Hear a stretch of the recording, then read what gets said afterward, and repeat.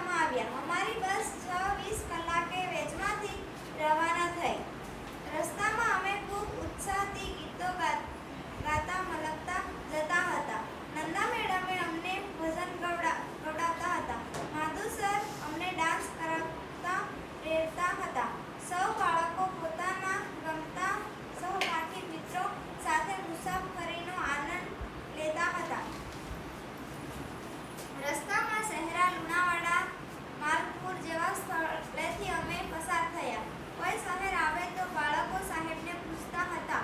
એ પછી દેવાયત સમાધિ મંદિરે અમારી બસ ઊભી રહી. અમે સૌ સમાધિના દર્શન કર્યા. ખૂબ ઊંચે પગથિયાં ચડીને અમે પહોંચ્યા.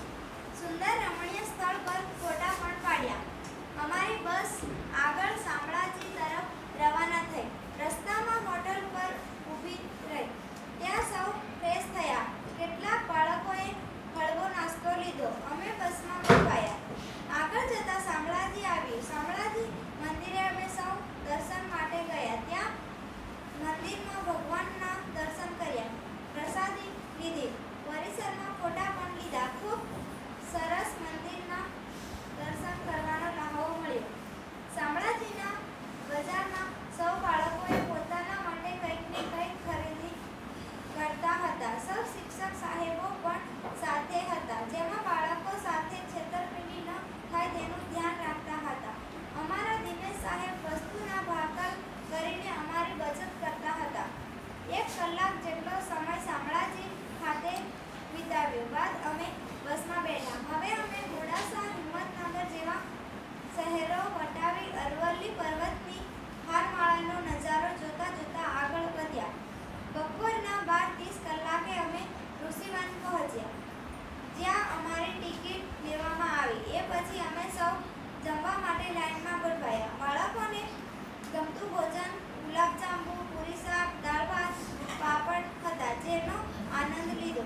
બપોરે જમ્યા બાદ થોડી વાર સૌ છાયડામાં બેઠા. થોડા હળવા થઈને અમે ઋષિવનમાં વિનોદ સાહેબની આગેવાનીમાં જોડાયા, જ્યાં હિંચકા પર આનંદ લેતા, મીઠા બોર ખાતા અનેક રમણીય સ્થળો પર ફોટા લેતા આગળ વધ્યા.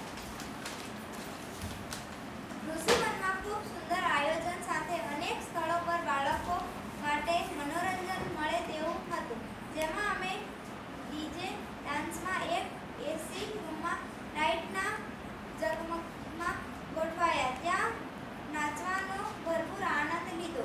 દિવેશ અને માધુ સરનો ડાન્સ આજે કંઈક જુદા જ અંદાજમાં હતો. ખૂબ મજા સાથે આગળ વધ્યા. ત્યાં ટ્રેન ચક્કરમાં સાહેબો અને બાળકો બેઠા અને ભીંજાવાની મજા માણી. એ પછી હિંચકા ચકેડામાં મહેશ સર